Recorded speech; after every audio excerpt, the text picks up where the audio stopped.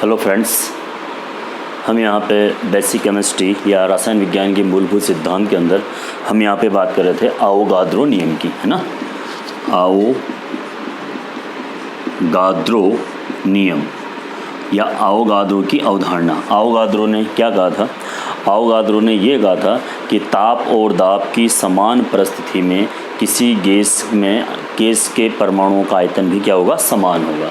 ताप और दाब की समान परिस्थिति में किसी गैस के समान आयतन में परमाणुओं की संख्या भी निश्चित होती है, मतलब उसका आयतन भी क्या होगा? निश्चित होगा। ऐसा कहा था किसने? आवोगाद्रो ने। फिर उसने क्या कहा? उसने परमाणु और अणु के बीच में अंतर बताया, है ना। उसने कहा कि परमाणु होता क्या है, परमाणु हम कहते हैं किसको है, तो उसने हमें परमाणु के बारे में बताया। उसने क्या कहा कि किस पदार्थ का वह सूक्ष्मतम कण, छोटे से छोटा कण जो रासायनिक अभिक्रिया में भाग लेता है, परमाणु कहलाता है। A smallest unit of matter take part in a chemical reaction is called to atom. उसे अपन एटम कहते हैं, ठीक है। और एटम स्वतंत्र अस्तित्व नहीं होता, एटम फ्री फॉर्म में कभी नहीं मिलेगा। अगर आपको हाइड्रोजन का परमाणु चाहिए तो आप H2 लोगे, हाइड्रोजन का अणु होगा। मतलब ये आपको ध्यान में रखना है कि उसका स्वतंत्र अस्तित्व नहीं होता है, ठीक है। उसने ऐसा कहा। दूसरा जो उसने परिभाषा दी वो थी अणु की, ठीक है। तो अणु क्या होता है? अणु का स्वतंत्र अस्तित्व होता है, ये आपको समझना पड़ेगा, जो मैं भी यहाँ पे अप्लाई करूँगा, है ना। अणु का स्वतंत्र अस्तित्व होता है और यह दो या दो से अधिक परमाणुओं से मिलकर अणु बनता है ना। और ये स्वतंत्र अस्तित्व के रूप में होता है। ये प्योर और इम्प्योर दोनों फॉर्म में हमें यहाँ पे मिलता है। तो एक का तो अस्तित्व होता है बेटा और एक का अस्तित्व नहीं होता। अब ये इसको थोड़ा सा सिद्ध करेंगे, है ना। तो यहाँ पर हम बात करेंगे आवोगाद्रो परिकल्पना के अनुप्रयोग, ठीक है। आवोगाद्रो परिकल्पना के अनुप्रयोग, ठीक है। अनुप्रयोग वैसे बहुत सारे हैं, लेकिन मैं सिर्फ एक ही बताऊंगा आपको, अनुप्रयोग, ठीक है। अनुप्रयोग, एप्लीकेशंस ऑफ आवोगाद्रो नियम। तो उसमें पहला पॉइंट है किसी भी तत्व की परमाणुकता ज्ञात करना, कि उसकी परमाणुकता क्या होती है। परमाणुकता क्या है कि उस यौगिक में या उस तत्व में कितने परमाणु। जैसे हम हाइड्रोजन की बात करें तो हाइड्रोजन की परमाणुकता 2 होती है। अब ये कैसे पता चलेगा? यहाँ एक केमिकल रिएक्शन के तौर पे मैं यहाँ समझाता हूँ। HCl का निर्माण होता है तो H2Cl2 अभिक्रिया करके बनाते हैं 2HCl, ठीक है बेटा। ओके, तो मैं यहाँ पे कह सकता हूँ कि अणु को अपन N मान लें तो N अणु हाइड्रोजन, N अणु क्लोरीन अभिक्रिया करके बनाते हैं 2N अणु HCl, ठीक है। या मैं ऐसा मैं कहूँ यहाँ पे कि 2 परमाणु हाइड्रोजन, 2 परमाणु क्लोरीन अभिक्रिया करके 2 अणु परमाणु, ध्यान रखना अणु परमाणु कहता है इसको, 2 अणु परमाणु बनाता है HCl। या मैं ऐसा कह दूं इसको बेटा, है ना, मैं इसको ऐसा भी कह सकता हूं कि 1 परमाणु हाइड्रोजन, एक परमाणु क्लोरीन मिलकर बनाता है 1 अणु HCl। लेकिन एक परमाणु तो मिलेगा ही नहीं, क्योंकि हाइड्रोजन तो परमाणु के फॉर्म में मिलेगा नहीं। अभी भी मैंने आपको बताया था कि हाइड्रोजन का स्वतंत्र अस्तित्व होता ही नहीं है। जब किसी भी परमाणु का स्वतंत्र अस्तित्व नहीं होता है तो यहाँ पर इस हाइड्रोजन की परमाणुकता हमेशा कितनी होगी? 2 होगी, क्योंकि H2 के फॉर्म में ही मिलेगा, ठीक है। तो ये पहली हाइपोथेसिस है, अनुप्रयोग है किसका बेटा? आवोगाद्रो परिकल्पना का, ठीक है। दूसरा पॉइंट है किसी भी अणु का अणुसूत्र ज्ञात करने में। अणुसूत्र ज्ञात करने में भी हम यहाँ पे हाइपोथेसिस यूज में लेते हैं, जो भी हमारे पास आगे आएगी वहाँ पर भी हम इसको बात करेंगे, ठीक है। एक सूत्र होता है अणुभार ज्ञात करने का, अणुभार बराबर 2 × वाष्प घनत्व, ठीक है। वो भी आवोगाद्रो परिकल्पना के अनुसार ही होता है। एक डाल्टन का जो परमाणुवाद सिद्धांत है उससे बल मिलता है इसको, क्योंकि डाल्टन ने कहा था कि किसी भी यौगिक के अंदर समान परमाणु हैं तो उनके गुणधर्म जो हैं वो समान होते हैं, इस कारण से। और परमाणु की परिभाषा भी डाल्टनवाद के अनुसार भी यही थी कि जो स्वतंत्र अवस्था में रहता है, ठीक है, और स्वतंत्र अवस्था में रहता है और रासायनिक अभिक्रिया में भाग लेता है, ये कहा था किसने? यहाँ पर डाल्टन है। चलो भाई, इसके बाद हम यहाँ पे आप लोगों से बात करेंगे तत्व का परमाणु भार। परमाणु भार होता क्या है? परमाणु भार की बात करता हूँ बेटा आपसे, फिर मोल की बात करूँगा। परमाणु भार कहते हैं किसको है, ठीक है। देखो, भार हम मेजर किससे करते हैं? जब भी हम दुकान पे जाते हैं सामान लें तो वो एक बाट रहता है 1 किलो का, आधा किलो का, फिर उसके अकॉर्डिंग हम कितना सामान लेते हैं, ठीक है। तो यहाँ पर जिस समय पे परमाणु भार के बारे में बात की थी तो वहाँ पे कोई फिक्स स्केल नहीं था, सापेक्ष स्केल था। सापेक्ष का मतलब क्या है, जैसे मैंने कहा कि ये मार्कर जो है ये 10 ग्राम का है और ये दूसरा मार्कर इससे 2 ग्राम ज़्यादा है। मतलब क्या है कि मैंने इसको स्केल मान लिया तो इसके आधार पर दूसरे का भार भी मैंने निकाल लिया, ठीक है। तो यहाँ पे कार्बन 12 को परमाणु मानकर किसी भी तत्व का परमाणु भार निकाला जाता है। अर्थात किसी तत्व का परमाणु भार वह भार है जो कार्बन के 1/12वें भाग से कितना गुना भारी है, ठीक है। तो कार्बन के 1/12वां भाग, जैसे कि मान लो कि ये कार्बन का मैं यहाँ परमाणु बना देता हूँ आपके लिए और मैं इसका 12वां हिस्सा निकाल देता हूँ आपके लिए, ठीक है। ये 12वां हिस्सा अगर आपको दिख रहा है 1 2 3 4 5 6 7 8 और ये 9 10, 1 2 3 4 5 6 7 8 9 10 11 और 1 12 13 हो जाएगा। तो ना एक को हटा दीजिए यहाँ से, 1 2 3 4 5 6 7 8 9 10 11 और 12, ठीक है। तो मैं इसमें से एक हिस्से को निकाल लेता हूँ। ये मैंने यहाँ से एक हिस्से को निकाला तो मैं कह सकता हूँ कि अरे 1/12वां भाग है ना। ये जो एक हिस्सा मैंने यहाँ से निकाला है क्या है बेटा, 1/12वां भाग है। तो परमाणु भार, किसी भी तत्व का परमाणु भार वह संख्या है या वह भार है जो कार्बन के 1/12वें भाग से कितना गुना भारी है, ठीक है। यहाँ पे मेनली स्केल कार्बन का यूज में लिया जाता है और अपने को अभी ये समझ में आ जाए वही बहुत अच्छी बात है। वैसे हम हाइड्रोजन का भी मानते हैं, ऑक्सीजन का भी मानते हैं, क्लोरीन का भी मानते हैं, ठीक है। क्योंकि जो तत्व जो इन्वायरमेंट में जो ज़्यादातर तत्व है वो क्लोराइड के फॉर्म में, कार्बन के फॉर्म में, ऑक्साइड के फॉर्म में इसी में ही मिलते हैं हमें, इस कारण से, ठीक है बेटा। चलो जी, अब हम यहाँ पे बात करेंगे अणुभार की, है ना। अणुभार या मोलर भार की, द्रव्यमान संख्या की बात पहले ही कर चुका हूँ। आणविक भार या किसी भी परमाणु का अणुभार। तो अणुभार क्या होता है कि किसी भी परमाणु में उपस्थित समस्त, किसी भी यौगिक में उपस्थित सभी परमाणुओं के भार का योग उस यौगिक का अणुभार कहलाता है। जैसे कि मैं यहाँ पे लिख देता हूँ H2SO4, सल्फ्यूरिक अम्ल का अगर अणुभार निकालना है तो क्या होगा, हाइड्रोजन का 1 है तो 2 हाइड्रोजन को 2 मान लेते हैं, प्लस सल्फर का भार होता है बेटा 32 तो मैं इसको 32 लिख देता हूँ, है ना।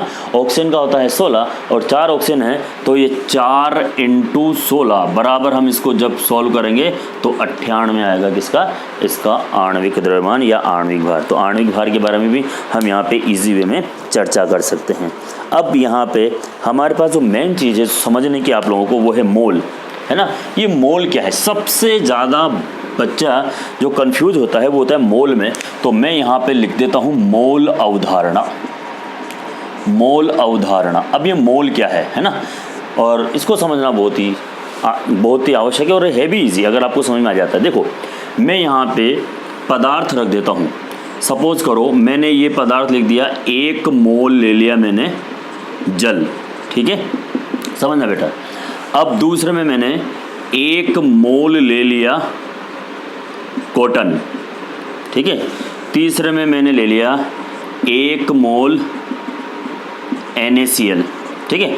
ऐसे मैं बहुत सारी चीज़ें ले देता हूँ। तो मोल क्या है, मोल जो है ये किसी भी परमाणुओं की संख्या होती है। सबसे पहले आपको ये ध्यान में रखना पड़ेगा, ये क्या है, एक नंबर है, एक संख्या है। तो मोल क्या है, किसी भी पदार्थ के 1 मोल के अंदर जो परमाणुओं की संख्या होती है वो फिक्स होती है, वो होती है आवोगाद्रो संख्या के बराबर 6.023 × 10⁻23 परमाणु। 1 मोल का मतलब कितना होता है कि किसी भी पदार्थ में उपस्थित परमाणुओं की संख्या। जैसे मैंने कहा, जैसे हम जानते हैं कि हमें अगर मान लो केले खरीदने हैं तो हम उसको दर्जन के फॉर्म में लेते हैं। आप सब जानते हो कि 1 दर्जन में कितने नग होते हैं, 12। अगर मैं कहूँ कि यार 5 दर्जन केले लेके आना, तो आप क्या करोगे, कितने केले लाओगे, 60 केले लाओगे। क्योंकि आप ये जानते हो कि 1 मोल के अंदर परमाणुओं की संख्या या अणुओं की संख्या या यौगिकों की संख्या या आयनों की संख्या फिक्स होती है। वो होती है आवोगाद्रो संख्या के बराबर 6.023 × 10⁻23। परमाणु की बात करूँ तो परमाणु आ जाएगा, अणु की बात करूँगा तो मैं अणु आ जाएगा, ठीक है। जैसे देखिए मैंने कहा 1 मोल CO2, तो 1 मोल का भार भी हम निकाल सकते हैं, 12 कार्बन का और 32 किसका हो गया, ऑक्सीजन का, 44 ग्राम। मतलब क्या लिख सकता हूँ मैं, 44 ग्राम CO2 बराबर 1 मोल। अगर ग्राम में संख्या निकालेंगे तो अलग आएगी, ठीक है ना। तो किसी भी पदार्थ के मोलों की संख्या को हम यहाँ पे इस तरह से डिनोट करेंगे, या फिर मैं ये कह सकता हूँ कि किसी तत्व अथवा यौगिक, मोल क्या है, मोल किसी तत्व अथवा यौगिक की वह मात्रा है जिसका द्रव्यमान उसके परमाणु द्रव्यमान या अणु द्रव्यमान के बराबर होता है, जिससे उसका द्रव्यमान उसके परमाणु द्रव्यमान या आणविक द्रव्यमान के बराबर होता है। ये भी कह सकता हूँ कि 1 मोल क्या है, जो उस पदार्थ का द्रव्यमान है वो उसकी मात्रा है। जैसे मैंने बोला 1 मोल सोडियम, तो आप सबको पता है 1 मोल सोडियम का मतलब क्या हो गया, 1 मोल सोडियम, 1 मोल सोडियम, इसका मतलब क्या हो गया 23 ग्राम, क्योंकि 1 मोल का भार क्या हो गया बेटा, 1 मोल का भार मतलब सोडियम का परमाणु भार, ठीक है। अच्छा, मैंने बोला 1 मोल ऑक्सीजन मतलब कितना हो जाएगा 32 ग्राम। अभी इससे संबंधित न्यूमेरिकल आएंगे, ठीक है बेटा। तो ये आपको समझना भी है और बहुत अच्छी भी चीज़ है, मैं भी अच्छे न्यूमेरिकल यहाँ आपको सॉल्व कराऊंगा, ठीक है। तो मोल क्या है, मोल वह संख्या है जिससे जो कि उसमें उतने ही परमाणु होते हैं जो उसके परमाणु द्रव्यमान के बराबर होता है, या उसका भार उतना होता है जो उसके परमाणु द्रव्यमान के बराबर होता है, ठीक है। और 1 मोल में अगर परमाणु की संख्या ज्ञात करें तो वो अवोगाद्रो संख्या के बराबर मानी जाती है। अब देखो मोल निकालते हैं कैसे हैं। मोल निकालने का सबसे अच्छा फॉर्मूला है किसी भी पदार्थ का भार, ठीक है, और उस पदार्थ का अणुभार या ग्राम अणुभार। अगर ग्राम में लिया है तो ग्राम में, और केजी में लिया है तो केजी में, ठीक है। अब इसी से रिलेटेड मैं 3-4 क्वेश्चन बताता हूँ, ठीक है। क्वेश्चन में पहला देखिए, ठीक है, सामने देखिए, 2 ग्राम H2O है। सेकेंड नंबर 8 ग्राम CO2। थर्ड क्वेश्चन है मेरा 12 ग्राम कार्बन। फोर्थ क्वेश्चन देखो बेटा 3.5 ग्राम नाइट्रोजन। और फिफ्थ क्वेश्चन है मेरा 2 ग्राम हीलियम या 4 ग्राम हीलियम में मोलों की संख्या ज्ञात कीजिए। आराम से ज्ञात कर सकते हैं अपन। मोलों की संख्या निकालना है तो मोलों की संख्या कैसे निकालते हैं, देखो बेटा सामने मोलों की संख्या का मेरे पास फॉर्मूला है उस पदार्थ या तत्व या परमाणु का भार बट्टा उसका अणुभार। तो अगर मैं 2 ग्राम हाइड्रोजन गैस के अंदर मैं यहाँ पे अगर उसके मोलों की संख्या निकालूं तो कैसे निकालूंगा, देखिए बेटा हाइड्रोजन का भार बटा अणुभार कितना आ जाएगा बेटा 1 मोल। आपको समझ में आ रहा है, सीधा से ज़्यादा इजी है, कोई प्रॉब्लम नहीं है, ठीक है। 8 ग्राम CO2 का भार, CO2 का भार कितना 8 है ना, और CO2 का अणुभार कार्बन डाइऑक्साइड का अणुभार कितना होता है बेटा 12 ग्राम प्लस ऑक्सीजन का 32 ग्राम हो गया 44 ग्राम। तो 44 भाग 2 भैया इसके अंदर, ठीक है, भाग 2 कितनी बार जाएगा, नहीं ये पहले तो उसको 4 से काट दो बेटा सीधा सीधा, ये 2 बार और ये 11 बार, ठीक है। अब पॉइंट लगाओ 0 1 बार जाएगा 9 बचेगा, 0 लगाओगे तो 9 कितने 9 11 99 8 बार जाएगा 0.8 मोल आएगा भैया इसमें, ठीक है।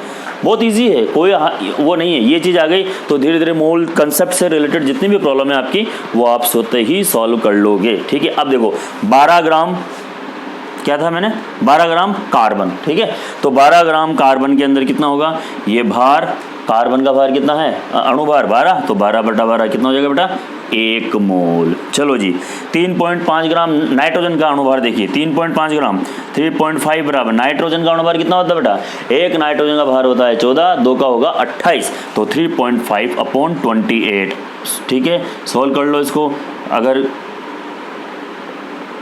हो रहा है ये देखो ये पॉइंट हटाओ 0 सीधा 7 से काटो 5 बार 7 चौक 28 5 बटा 40 मतलब कितना आ जाएगा ये 1 बटा 8 8 पंजे 40 होता है बेटा।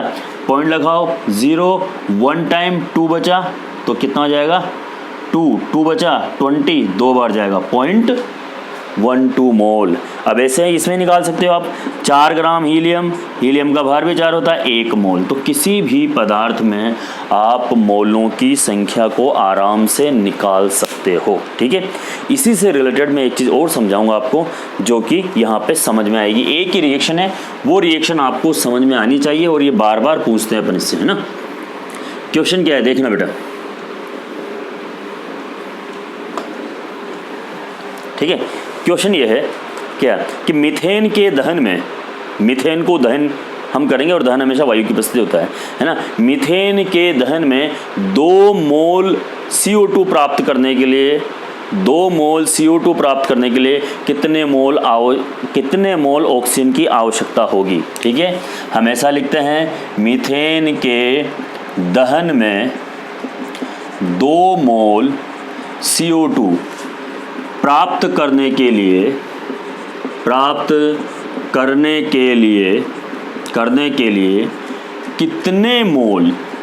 कितने मोल ऑक्सीजन की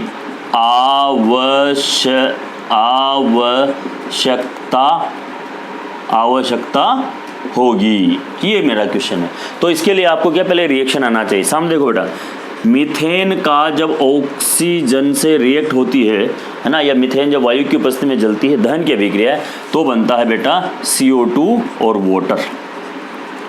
ठीक है, CO2 और क्या बनता है, वाटर बनता है साहब। ठीक है, ये पूरी केमिकल रिएक्शन है मेरे साथ। ये आगे 2 लगा देता हूँ, ऑक्सीजन आगे 2 लगा देता हूँ। ठीक है साहब, ये पूरी रिएक्शन है मेरे पास। अब सामने देखना, 1 मोल मीथेन 2 मोल ऑक्सीजन से रिएक्ट करके 1 मोल CO2 बनाती है। दिख रहा है आपको, 2 मोल ऑक्सीजन के और 1 मोल CO2 के, है ना।